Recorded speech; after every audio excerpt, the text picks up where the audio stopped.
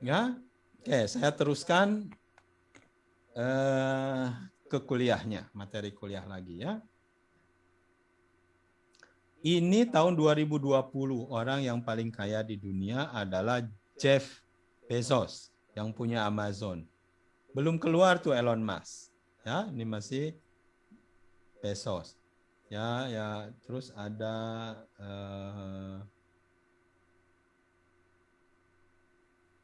orang di Eropa, ya, Ortega dari Spanyol. Kalau di Asia dari India, ya, Carlos Slim dari Latin Amerika, dari Meksiko. Ya. Jadi ini adalah orang-orang yang terkaya di dunia. Nah, pertanyaannya bagaimana mereka menjadi kaya seperti ini bukan karena uang, bukan karena modal, ya, tapi karena pola pikirnya. Nah, itu yang Anda harus kejar, ya. Bagaimana cara berpikir mereka bisa menjadi cara berpikir Anda.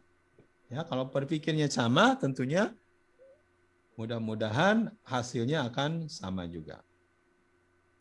Nah, mana di antara semua gambar ini adalah entrepreneur?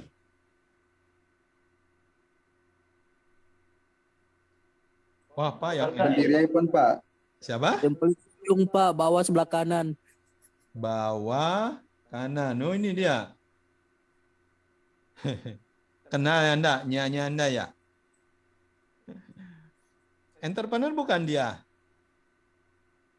Kalau dia entrepreneur, kenapa dia entrepreneur?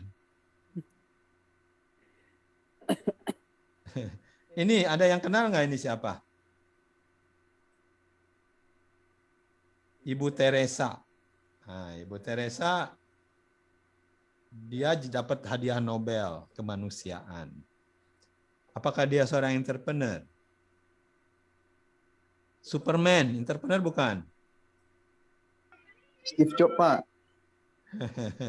Kalau ini jelas entrepreneur ya. Nah, sekarang sebenarnya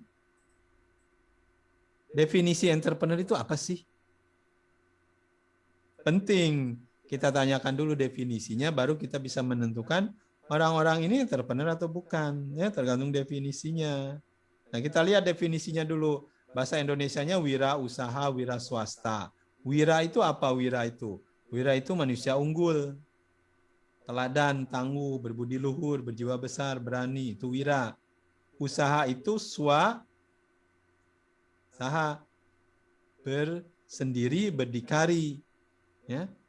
Jadi selama dia manusia unggul, bisa berdiri sendiri, ya kita sebut wirausaha. Kalau bahasa Inggrisnya melakukan, undertake, melakukan sesuatu, entrepreneur itu melakukan sesuatu. Kalau menurut kamus nih, kamus bahasa Inggris, one who organize, manage, and assume the risk of a business or enterprise. Atau kamus bahasa Amerika, person who organize and manage enterprise atau bisnis, usually with considerable initiative dan risk. Ya. Apa sih maksudnya? Nah, kita lihat maksudnya, kita persingkat bahwa untuk kita ini definisi entrepreneur, kewirausahaan. Ada 3 kata kunci. Pertama, peluang. Jadi orang yang bisa melihat peluang, setelah melihat terus diapakan? Membuat tim, membuat organisasi untuk memanfaatkan peluang tersebut. Untuk apa? Setelah membuat tim, membentuk nilai tambah. Jadi 3 kata keyword ya, peluang, organisasi, nilai tambah. Saya tambahkan lagi satu lagi, spiritual. Karena yang Anda cari sebenarnya kebahagiaan, kedamaian, ya,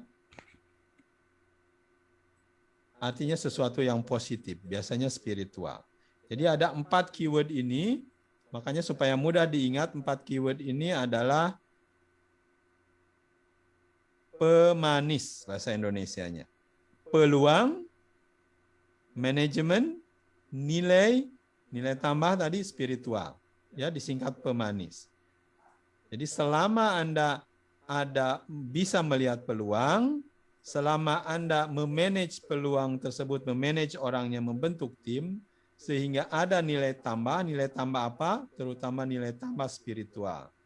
Jadi pemanis, ya. Ingat-ingat itu. Jadi kalau Anda lihat orang yang tadi, mana yang punya nilai spiritual dan melihat peluang, ya banyak. Ya. Orang ini yang dapat hadiah Nobel adalah seorang entrepreneur. Karena dia mempunyai nilai spiritual, melihat peluangnya, mempunyai nilai tambah, dan membentuk tim. Ya. Dan tentunya yang lain-lain.